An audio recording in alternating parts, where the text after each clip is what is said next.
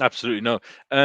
One other, we can talk about Khilafat more, but I want to get into another meaty subject. I'm going to get you in a lot of trouble today, so I Pardon apologize myself. in advance. But one big, and I mentioned this before, is subject is hadith. Now, hadith is really, I mean, I'm sure you're familiar with Mufti Abu Layth from Yeah, Birmingham, yeah. right? He's part of the he is who helped kind of broke me out of that Salafic thinking. Wow, so big shout out to Mufti Abu Layth. Yeah, I've yeah, spoken to him definitely, many times. definitely. Big shout out to Mufti Abu Layth. I just got in a lot of trouble on Twitter because I called him a scholar. You know, Allahu Akbar, Allahu Akbar. even his This is the opponents won't even give him that. Like no. I can't believe it. Well, this is it. Just a small what do you want to call it, tangent. Going back to my university days, Salafi versus Sunni. Sorry, Salafi versus Sufi. Um, when I spoke to the Sufi guys, and I said, but their scholars, referring to the Salafi guys, saying, but their scholars don't agree with Maulid or whatever issue, right? Oh, but they're not real scholars. I'm like, okay, Right. have they like what defines a scholar then? They know Arabic, oh mashallah, okay. They've read the Quran, they've read all the hadiths, they've read all these books, they've gone to school, they spent 20, 30 years understanding Islam. Yeah, but they're not a scholar. Why? Because they haven't reached the same conclusion as me. Right. Their Okay. whims and desires, basically. Rim's right. And your guys aren't their scholars because they haven't reached the same conclusion as you. Right. So that's when I was like, scholarship When is just early Islam, that wasn't a yeah. problem. I mean, in early Islam, it was more of a regional thing. You know what I'm saying? And even you'll get what they say about Shafi. Oh, I had such and such opinion when I was here, but then when I went to Yemen, I changed my opinion. The traditional scholarship always narrates that saying from Imam Shafi, and so that's how it was. I mean, how Mm. Islam was practiced in Basra was different than how Islam was practiced in Kufa. Well, maybe there was such thing as an Iraqi school, so there might have been more similarities between the two. But how Islam was practiced in Iraq was different than how it was practiced in the Hijaz, different than how it was practiced in the Levant, different than how it was practiced in Southern Arabia. And everybody was okay with that, was fine with that. I mean, again, traditional scholarship, they narrate from people like Imam Malik, oh, people brought Imam Malik a hadith. Oh, well, we don't do that around here, you know, basically. And so, you know, it just goes to show you like, and then also we get things like Bukhari throughout uh he came across 600,000 hadiths and he threw out 99% of them, you know, to let you know that already there's the reason to be skeptical of hadith because that there was so many fabrications going on that Bukhari even himself threw out. And so it makes you wonder, Bukhari is not perfect. We know that if even as a believing Muslim, there's no book perfect after the Quran, if that's what Mm. you believe. So by by that analogy, Bukhari should have let some fabricated hadith creep in. So, I mean, I hope I didn't go on a tangent to move all the way No, left, no, but no, no. Yeah. hadith, I don't reject hadith. There's just certain things that hadith can't do for me. For one, hadith that talk about taking someone's life, I totally disregard things like that, you know, because I think that's ridiculous. And it's not something that is enough. It's just ridiculous in short. And I also don't really pay too much of attention to hadiths that talk about the future, and talk about other groups such as the Khawarij. I even think that the other groups have been mentioned that the prophet predicted. I don't believe that the prophet predicted any future sects or These are group. insertions by people who have some sort of gripe against these groups. Yeah, yeah, and I'm still on the fence if the prophet had prophecies. You know, there are prophecies in the book in the Quran that even historians grapple with, such as the Surah Al-Rum.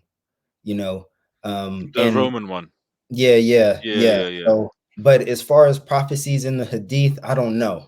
You know, I really lean more towards that. I don't think any prophecies in the Hadith. So Uh, okay, this, sorry, can I stop you there? Because for me, and this is I'm trying to be as gentle as possible here.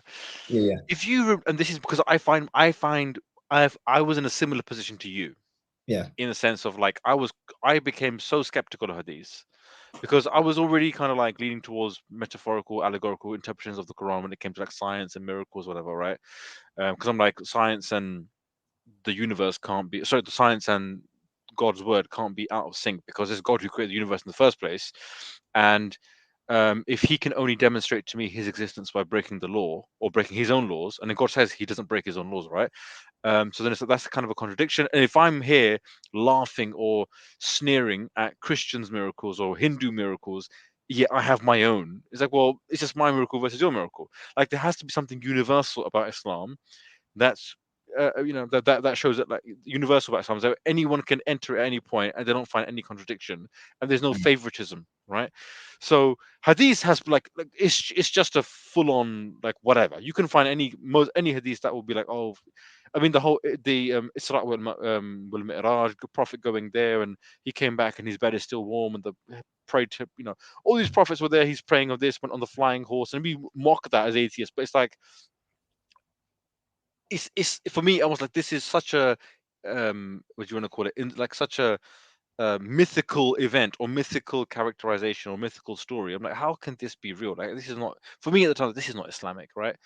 Right. Anyway, so if you are this skeptical of hadith, and because I'm saying this almost arguing with myself via you, right?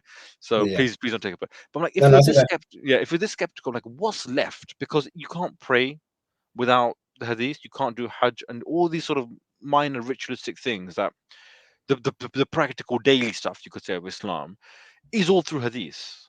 And Yeah. if you get rid of that, or if you're skeptical of that, then naturally the traditional Sunni voice, or even the traditional Shia voice, your brother, if you want to be that skeptical of hadith, then how do you pray? Tell me where in the Quran you pray. Tell me where in the Quran you do this, and tell me. So how would you answer those people? I mean, the Quran does tell you to pray. I mean, it does. But It how? permits I you. guess it's Yeah. the how question.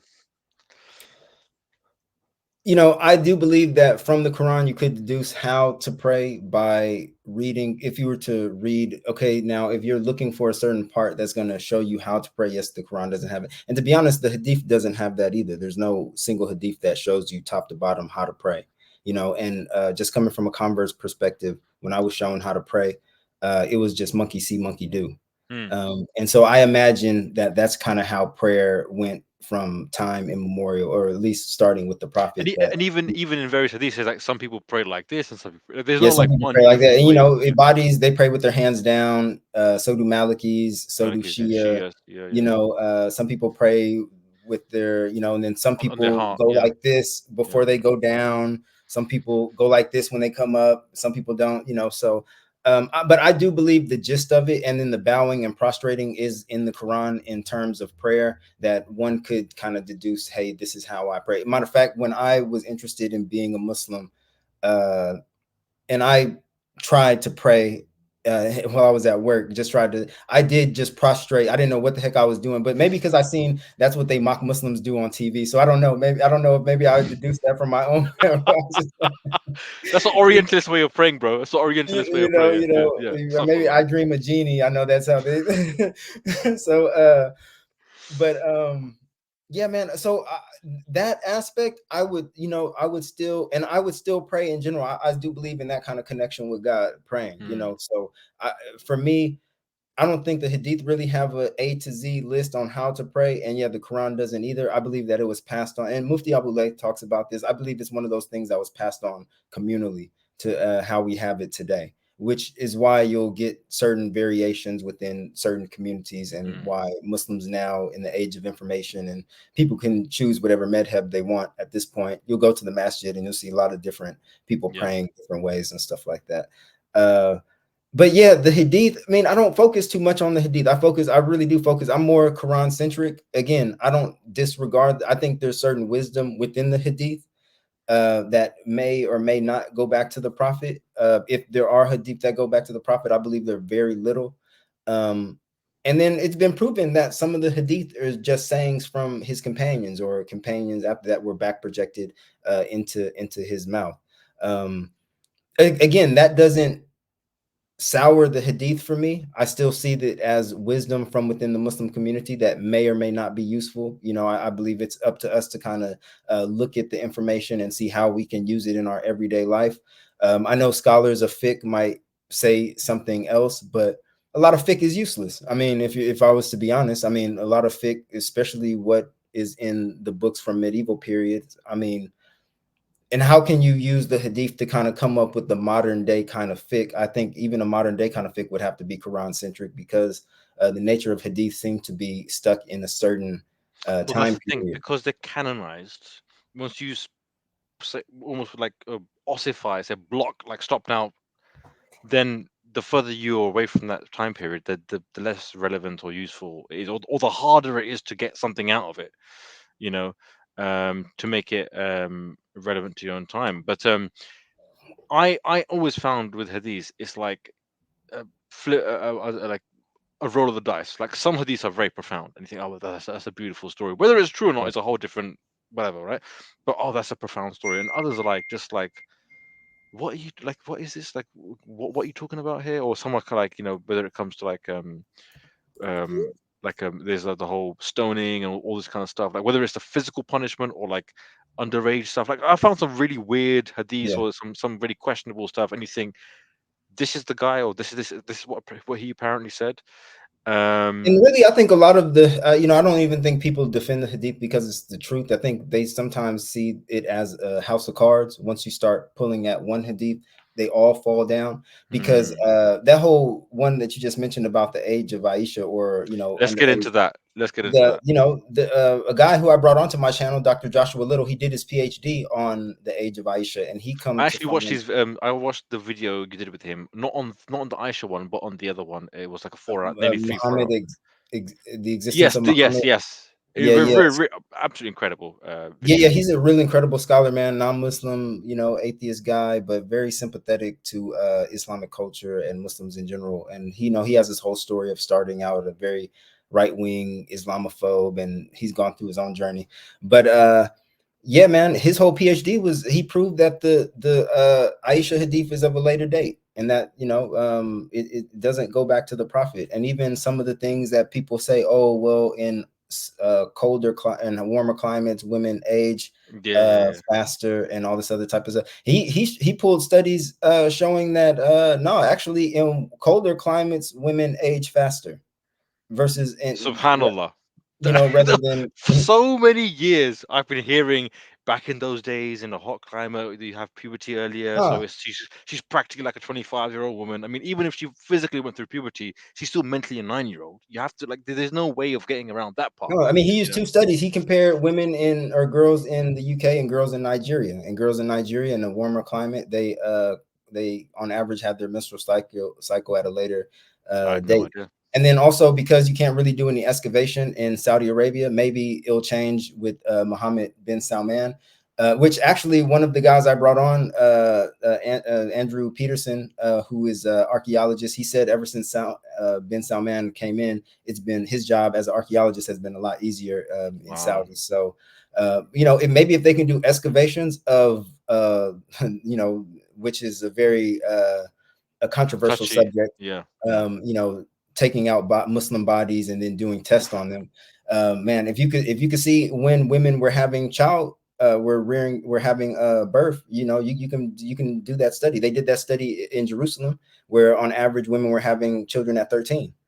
So, Mm. maybe if they can do something in the Arabian Peninsula, since it's not too far away, maybe they were doing some of the same things, having children at 13 on average instead of 9. Yeah.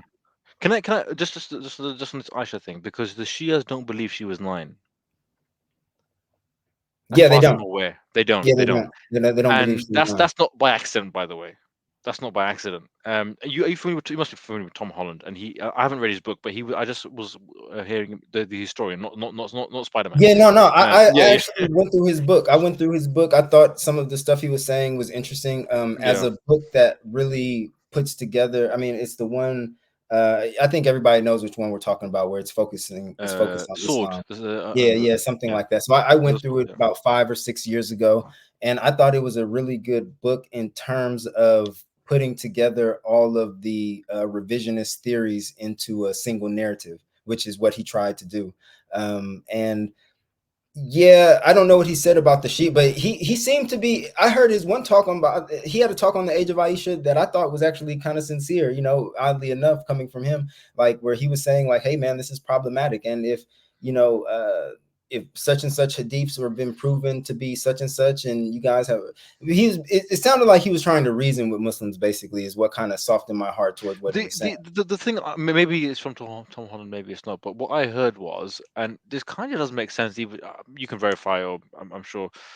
But he was saying, I think, the reason why in Sunni Islam she's 6 and 9 in terms of 6 marriage, 9 consummation, and Shia Islam is 16 and 19, is because obviously the Shias don't have a very favorable image of Aisha.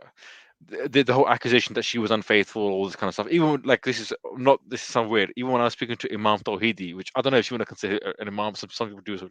He He's was like, hilarious. Aisha slept with the whole of Arabia. Obviously, that's an extreme, very Yeah, yeah. extreme. But the image of the in the Shia circles is that she was not this holy woman, whatever it is, and she was a feisty woman who may or may not have been faithful to the Prophet, and I don't even know where they cheated. get that information from. I haven't But really even but but gone through. nevertheless, I'm not saying it's true. I'm just No, saying no, no, this is no, the no, no. image. Yeah, I've yeah, heard it before. I'm just saying, like, I don't know where they get that information again, but I haven't really gone through the Shia history like that, yeah. except for Ibn Atham. You know, he's an early Shia historian, but I've never come across anything like that. And I know they dislike her because she fought Imam Ali, so I wouldn't be. The battle of the camel, and Yeah, then yeah. there was the So other thing which the Shia say that when the Prophet said something, it's in the Quran as well, with the whole if you don't obey your wives, we'll replace them, whatever it is, because she yeah, apparently yeah. said, Like if "How you do guys you want know?" to, you How do know, you, it's as if and questioning the prophethood of the right. There's a whole yeah. narrative, like mini narrative, that they have this beef thing with Aisha, right? And Sunnis are the opposite. They're the mother of believers, right? Yeah. So I think there's something. I think it's somewhere in the middle, man. I think because Sunnis try to Yeah, smooth everything out, like everybody yeah. was just all hunky dory, and I don't think that was the case. That's not Where I true. It's think not the true. Shias Yeah, kind of are a bit more radical. Like I think they go on. they They go go get too way left. Yeah, extreme. Like yeah, I even heard somebody say only like three of the companions remain Muslim out of like 10,000 or something like that. You know, I'm like, nah, man. And they yeah. happen to be the Persian. They happen to be, I think one happens to be a Persian, Salman Al Farsi, you know, as well. So you Right. kind of see where that's going. But Yeah, of course, of course. But the reason, really sorry, the reason why I bring this up, and it's relating to Hadith as well, is so Bukhari is obviously a Sunni.